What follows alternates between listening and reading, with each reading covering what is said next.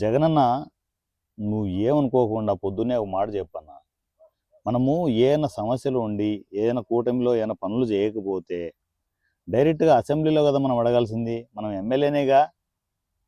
చెప్పన్నా, మనం ఎమ్మెల్యేనే కదా. ఒక సీట్ వచ్చేసింది కదా మనది. డైరెక్ట్ ఎమ్మెల్యే అనే మనిషి ప్రతినిధిగా, ప్రజల ప్రతినిధిగా, అపోజిషన్ పార్టీ అనే సోర్స్ ఎక్కడా ఎలాగూ లేదు. కనీసం ఎమ్మెల్యేగానే వెళ్ళిపోయి కూటమి మీద విమర్శల వర్షం కురిపించొచ్చు కదా. మెరుపుదాడులు చేయొచ్చు కదా అసెంబ్లీకెళ్ళి.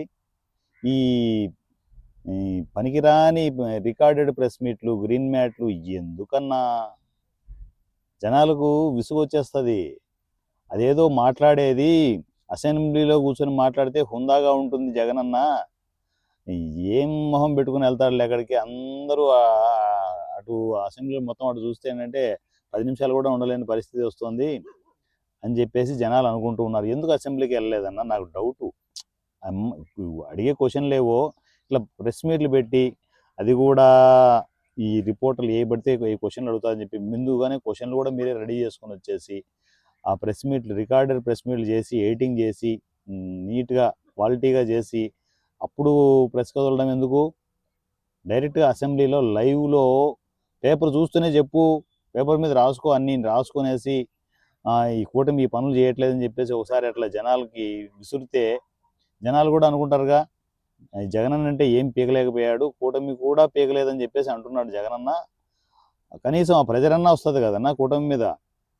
ఇది చేయలేదు, అది చేయలేదు, ఇడుసు పొడుసు అంటే మాకు తెలుస్తాయిగా కూటమిలో బొక్కలు.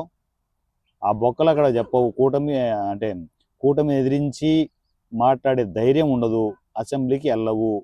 ఎందుకు వెళ్ళవు అంటే చిన్నపిల్లడిలాగా చాక్లెట్ ఇవ్వలేదని చెప్పేసి అలిగినట్టు నాకు ప్రతిపక్ష హోదా ఇవ్వలేదంటారు. ఎలా ఇస్తారన్నా? 11 సీట్లు ఇస్తే ఎలా ఇస్తారు నువ్వే చెప్పు. కొంచెం మనకైనా కామన్ సెన్స్ ఉండాలి కదన్నా.